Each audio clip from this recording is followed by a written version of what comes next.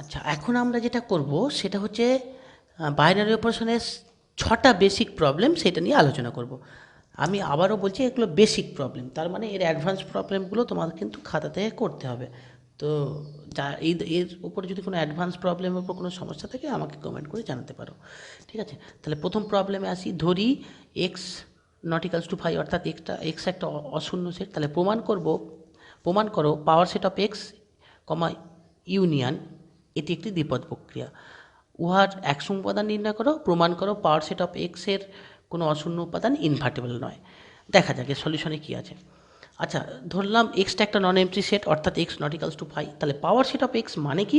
Power set of x মানে হচ্ছে সেই সমস্ত সেট, মানে A such that A subset of X, অর্থাৎ সেই সমস্ত সাবসেট এ যারা কিনা এক্সের সাবসেট, অর্থাৎ সোজা কথায় এক্সের যত রাজ্যের সাবসেট আছে তাদের একটা সেট।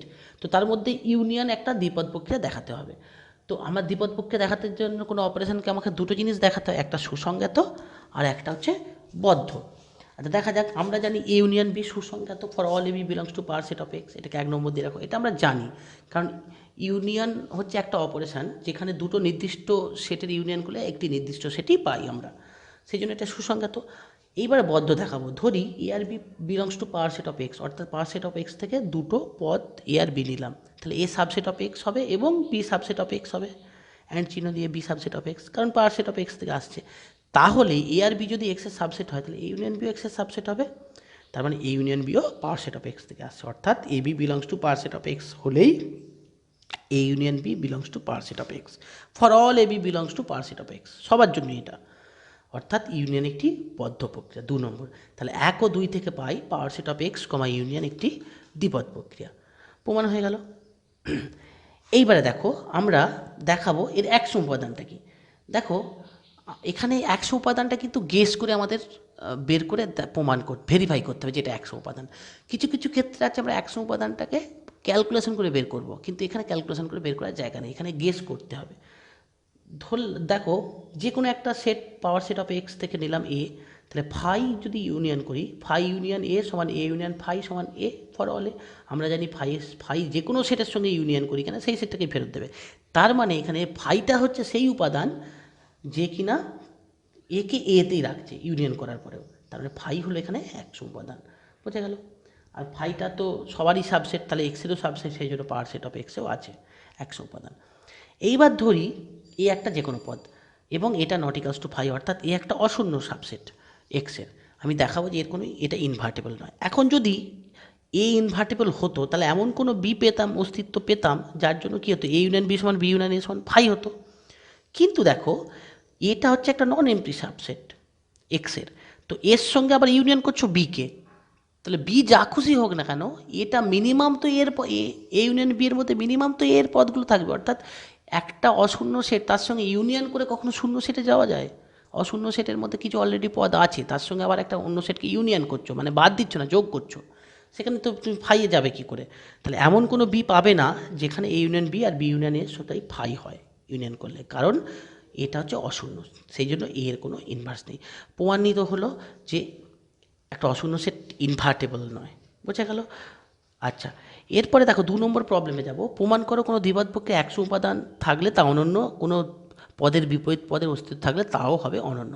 দেখো, অলরেডি এই প্রমাণটা অত্যন্ত গুরুত্বপূর্ণ প্রমাণ, সেই জন্য আমি 4টি গুরুত্বপূর্ণ থিওরেম অন বাইনারি অপারেশনের বলে একটা ভিডিও প্রকাশ করেছি। সেই ভিডিওর মধ্যে এই দুটোর প্রমাণ কিন্তু অলরেডি দেওয়া আছে। আর এই ভিডিওর এই ভিডিওর লিঙ্কটা আমি আমার ডেসক্রিপশন বক্সে দিয়ে দিয়েছি, তোমরা ডেসক্রিপশন বক্সটা দেখে সেই লিঙ্কে গিয়ে সেই 4টি গুরুত্বপূর্ণ উপপাদ্যের মধ্যে এই দুটো ছিল, সেটা তোমরা দেখে নিতে পারো।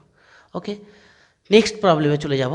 3 নম্বর প্রবলেম। প্রমাণ করো অমূল সেটের, অমূল হয়ে গেছে, এটা অমূলত সেটের উপর প্লাস একটি দ্বিপদ প্রক্রিয়া নয়। প্রমাণ করো অমূলত সেটের উপর প্লাস দ্বিপদ প্রক্রিয়া নয়। দেখা যাক। আচ্ছা, দেখো, ধরি এ হচ্ছে একটা সেট যেটা আর মাইনাস কিউ, অর্থাৎ আর মানে রিয়েল নাম্বার, মাইনাস কিউ মানে হচ্ছে মূলদ সংখ্যা। তাহলে রিয়েল নাম্বার থেকে মূলদ সংখ্যা বাদ দিলে আমরা সেটা অমূলদ সংখ্যা পড়ে থাকে, অর্থাৎ অমূলদ বাস্তব সংখ্যার সেট। এটাকে আমরা এ দিয়ে লিখছি। এখন দেখো, এই অমূলদ সংখ্যার মধ্যে √2 আছে এবং -√2 আছে, দুটোই অমূলদ সংখ্যা, কিন্তু ওদেরকে যোগ করলে কি হয়, √2 প্লাস পাঁচ ব্র্যাকেটে -√2 করলে 0 হয়, তো 0 তো মূলদ সংখ্যা, তাহলে এটা এ সেটের মধ্যে নেই, অর্থাৎ অমূলদ সংখ্যা সেটের মধ্যে নেই। তার মানে এর ওপরে প্লাসটা বদ্ধ নয়, অর্থাৎ দুটো অমূলদ সংখ্যাকে যোগ করে আমি একটা মূলদ সংখ্যা পাচ্ছি, অমূলদের বাইরে চলে যাচ্ছে, অর্থাৎ প্লাসটা বদ্ধ নয়, সুতরাং এটা দ্বিপদ প্রক্রিয়া হবে না।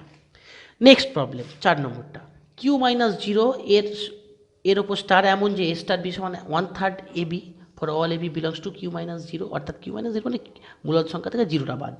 প্রমাণ করো উহার প্রতিটি পদ ইনভার্টেবল, অতঃপর 3/5 ইনভার্স নির্ণয় করো। সলিউশনে যাব, Q-0 a স্টার b মানে 1/3 ab for all ab belongs to Q-0, ধরি ই হচ্ছে 100 উপাদান Q-0তে আছে।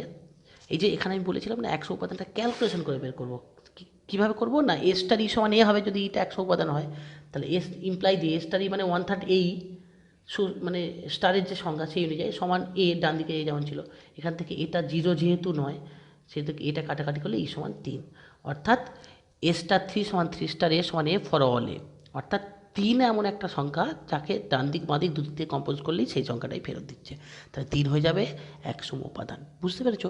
সবসময় 0 100 উপাদান 100 উপাদান এইগুলো হবে এরকম ভাবলে হবে না, অপারেশনের উপর ডিপেন্ড করবে, সেটের উপর ডিপেন্ড করবে কি 100 উপাদান হবে। আচ্ছা, এইবারে দেখো যে এ ধরো একটা যে কোনো সেট, আমি ইনভার্স বের করার দিকে যাচ্ছি, তাহলে বি যদি এর ইনভার্স আমি কল্পনা করি তাহলে এ স্টার বি সমান ই হবে, তাহলে এ স্টার বি মানে 1/3 ab সমান ই এর মান 3, তাহলে এখান থেকে ভি সমান কত হচ্ছে 9/a, যেহেতু এটা নট ইকালস টু 0 তাই এটা অসুবিধা নেই, তাহলে এ ইনভার্সটা হবে 9/a, অর্থাৎ বিটা হচ্ছে এর ইনভার্স ছিল, এ ইনভার্সের 9 এর, অর্থাৎ আর যেহেতু এ নট ইকালস টু 0 আর আমরা জানি এর Q-0 সংখ্যার সেট এটা, তো 0 সেখানে নেই, তার মানে প্রতিটি পদই ইনভার্টেবল। তাহলে এই সূত্র অনুযায়ী 3/5 ইনভার্স সমান 9/3/5, এবার কাটাকাটি করলে হয়ে যাচ্ছে 15, বোঝা গেল? আচ্ছা, এরপর 5 নম্বর প্রবলেমে যাব। M2x মানে হচ্ছে সেই সমস্ত ম্যাট্রিক্স যার চারটে পদই X X X X, X মানে কি যে কোনো real number, X belongs to R, অর্থাৎ যে কোনো রিয়েল নাম্বার চারটি যার সমান, এরকম ম্যাট্রিক্স। বলছে ম্যাট্রিক্স গুণের সাপেক্ষে M2x, ডট এটা একটা দ্বিপদ প্রক্রিয়া ধরে নিয়ে এরা 100 উপাদান নির্ণয় করে এবং পদের ইনভার্স নির্ণয় করে। দেখা যাক, তাহলে M2x সমান হবে x X X x such that x belongs two real number. এখন ধরি এ যে কোনো একটা পদ, তাহলে এ যে M2x এর মধ্যে থাকলে তাহলে এ চারটে পদই সমান হবে, অর্থাৎ এ এ এ এ ছোটো হাতের ধরলাম। এবার ইটাকে ধরি 100 উপাদান, 100 উপাদানও একটা ম্যাট্রিক্স হবে, তার প্রত্যেকটি পদ থেকে ছোটো হাতের ই ই ই ই ধরছি M2x এর, তাহলে 100 উপাদানের শর্ত অনুযায়ী এই সমান এ হতে হবে, ইমপ্লাই দিয়ে এর মান আর এর মান বসিয়েছি, দেখো ম্যাট্রিক্স সমান এ এর মান বসিয়েছি ডান দিকে, এবার ম্যাট্রিক্সের গুণ করলে 2a 2a 2a 2a সমান এ এ এ, তুলনা করলে 2a সমান এ, এখান থেকে ই সমান হাফ, অর্থাৎ এ যদি নট ইকালস টু 0 হয়, এটা যদি 0 হয় তখন কিন্তু মানে এটা যদি না 0 হয়, এর নট ইকালস টু 0 হলে তখন এর মানটা হাফ হচ্ছে। একইভাবে ডান দিকে দেখো ই ডট এ সমান এ, এইটাকে থেকেও এর মানটা হাফ আসি এ যখন 0 নয়, তার মানে ক্যাপিটাল ই সমান হাফ হাফ হাফ হাফ, এটাই হলো 100 উপাদান। এবার এখানে একটা জিনিস খেয়াল রাখতে হবে, এনবি দিয়ে লেখা আছে এ সমান 0 হলেও এই সমান ই এ সমান এ হয়, অর্থাৎ ওই যে এ নট ইকালস টু 0 ধরে নিয়ে ই এর মান হাফ বের করছিলাম না, তার মানে 0টাকে বাদ দিয়ে আমরা ইটাকে বের করলাম, কিন্তু ইটা তো সবার জন্যই হতে হবে, 0-র জন্যও হতে হবে, 0টাও দেখো ওর মধ্যে আছে, M2x এর মধ্যে 0 0 0 0 এটাও একটা ম্যাট্রিক্স আছে, তো তাকেও তাহলে থাকতে হবে। এর মানে 100 উপাদান এমন নয় যে 0 বাদ দিয়ে সবার জন্য হতে হবে, তো 0টাকেও আমি এখানে দেখাইনি, কারণ এ সমান 0 হলেও এই সমান এ সমান এই ধর্মটা পালন করছে খুব অবভিয়াসলি, এটা কিন্তু মাথায় রাখবে। বোঝা গেল? তাহলে ই হলো এমন একটা ম্যাট্রিক্স যার প্রত্যেকটা পদ হাফ হাফ হাফ হাফ চারটে পদই, এটা হলো 100 উপাদান।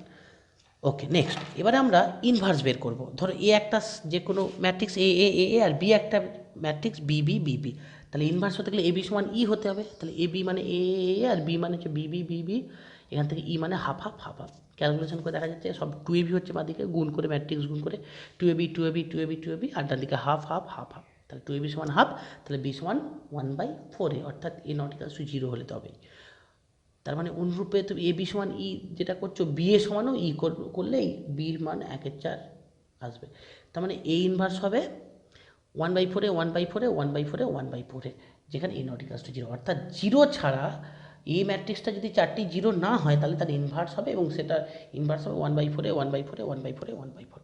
এই প্রসঙ্গে একটা কথা আমি জাস্ট শুধু বলবো তোমাদের, এটা একটু মাথায় রাখবে। সেটা হচ্ছে যারা ম্যাট্রিক্স করবে তারা দেখবে, আমরা জানি যে কোনো ম্যাট্রিক্সের আইডেন্টিটি হয়, মানে যদি 2x2 ম্যাট্রিক্স হতো আইডেন্টিটি 1 0 0 1, কিন্তু লক্ষ্য করে দেখেন আইডেন্টিটি হলো হাফ হাফ হাফ হাফ। আবার ইনভার্সটাও এইভাবে হয় না, যেমনভাবে আমরা এখানে 1/4 1/4 1/4 1/4 দেখেছি। তোমাদের মনে এই প্রশ্নটা অবশ্যই থাকা উচিত, যদি আইডেন্টিটি হয় ম্যাট্রিক্সেরই, এটা এই যে ম্যাট্রিক্সগুলো নিয়েছিলাম এগুলো স্পেশাল ম্যাট্রিক্স, 4টে পদই সমান, তো তার আইডেন্টিটিটা হঠাৎ করে 4টে সংখ্যা মানে হাফ হাফ হাফ হাফ হয়ে গেল, অথচ ম্যাট্রিক্সের আইডেন্টিটি এরকম হয়ই না। এইটা কিন্তু একটু ভাবার বিষয় আছে। এটা যদি এটা তোমাদের মনে প্রশ্ন থাক, যাদের মনে এই প্রশ্নটা আসছে তারা আমাকে কমেন্ট করে উত্তরটা দেবে, যুক্তিটা দেবে, যে একটা সিস্টেম তার একটা সাব সিস্টেমে আইডেন্টিটিটা সম্পূর্ণ আলাদা হয়ে গেল, কেন হলো? কারণ আমরা জানি 1 0 0 1 যে ম্যাট্রিক্সের সঙ্গে গুণ করা সেই ম্যাট্রিক্সকে ফেরত রাখে। তাহলে 1 0 0 1, তাহলে এখানের ক্ষেত্রেও কোনো ম্যাট্রিক্সকে গুণ করলে সেই ম্যাট্রিক্সটাকেই রাখার কথা, 1 0 0 1 একই রাখার কথা, অথচ এখানে আইডেন্টিটি 1 0 0 1 হচ্ছে না।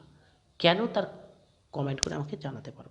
যদি কারো জানার ইচ্ছা হয় আমি তাকে আমাকে মেল করবে, আমি আলাদা করে তাকে এর উত্তরটা বলবো। কিন্তু এই উত্তরটার মধ্যে কিন্তু অনেক গুরুত্বপূর্ণ কিছু রহস্য আছে, খুব ভালো করে ভাববে। এটা ভাবলে এটা কিন্তু এত মানে একদম খুব ছোটোখাটো একটা কোয়েশ্চেন না, এটা এটা কিন্তু অনেক গভীরে ভাবতে হবে তোমায়।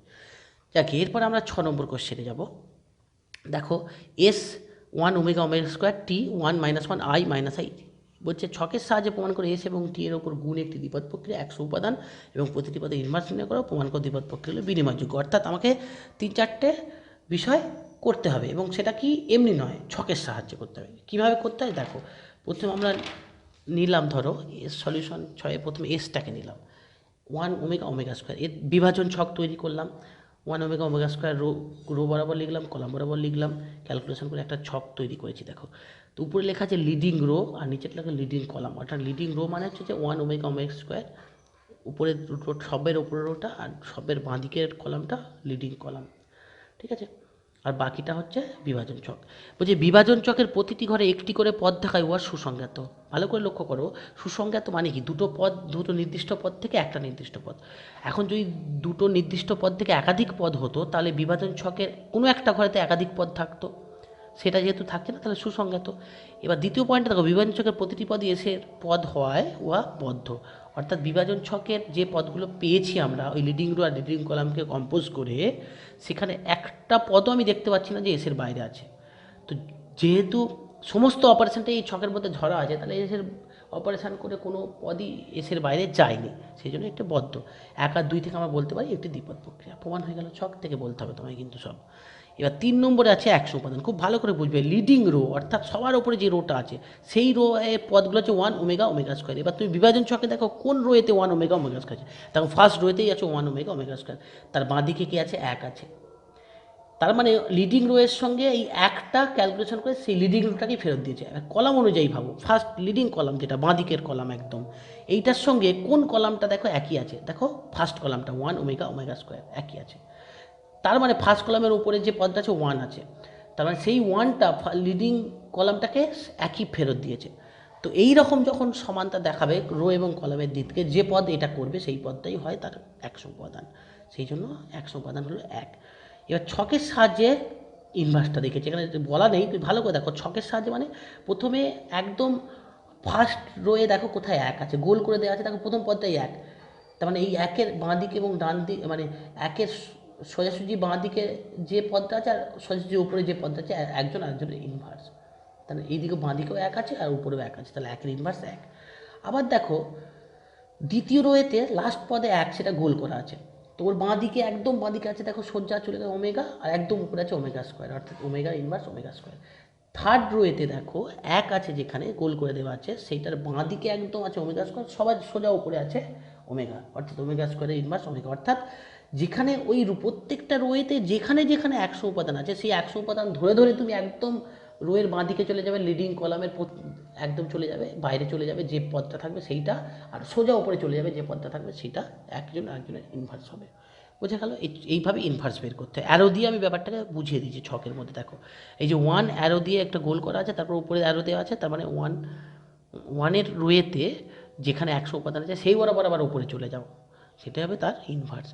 এইবার দেখো বিভাজন ছকটি একটি প্রতিসম ম্যাট্রিক্স হওয়ায় এটি বিনিময়যোগ্য দ্বিপদ প্রক্রিয়া। হ্যাঁ, প্রতিসম ম্যাট্রিক্স কী করে আমরা বুঝি? ছকটাকে আমি মানে ম্যাট্রিক্সের যেমন যে ডায়াগোনাল হয় বা কর্ণ হয়, সেই কর্ণ বরাবর উপর নিচে যদি সেম হয় তাহলে প্রতিসম বলি। ম্যাট্রিক্স যখন পড়বে সেটা বুঝতে পারবে, যেহেতু প্রতিসম ম্যাট্রিক্স সেটা একটি বিনিময়যোগ্য।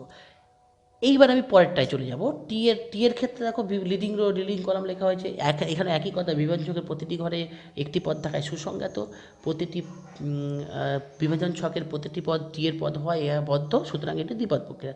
একইভাবে এর লিডিং রোয়ের সঙ্গে ফার্স্ট রোয়ের মিল আছে, সেই জন্য ফার্স্ট রোয়ের বাঁদিকে 1 আছে, বা লিডিং কলামের সঙ্গে ফার্স্ট কলামের মিল আছে, তার কলামের উপর আছে 1 আছে, তাহলে একই হচ্ছে এক সম্পাদন।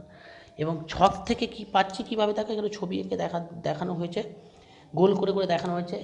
প্রথম পদটা 1 অ্যারো দিয়ে চলে গেছে, 1 গোল করা আছে, তার উপর দিকে চলে গেছে। দেখো ওই অ্যারো দিয়ে দিয়ে দেখানো হয়েছে কীভাবে একটা সংখ্যার ইনভার্স বের করছি। যে সংখ্যাটা ইনভার্স বের করবো সেই সংখ্যা বরাবর মানে এই লিডিং কলামে সেই সংখ্যাটাকে ধরে সোজা রো বরাবর চলে যাব, কোথায় হচ্ছে তার 100 উপাদান আছে, সেখানে 100 উপাদান পাবো, সেই বরাবর ওপর দিকে চলে যাব, একদম লিডিং রোয়ে চলে যাব, সেটাই হবে তার ইনভার্স।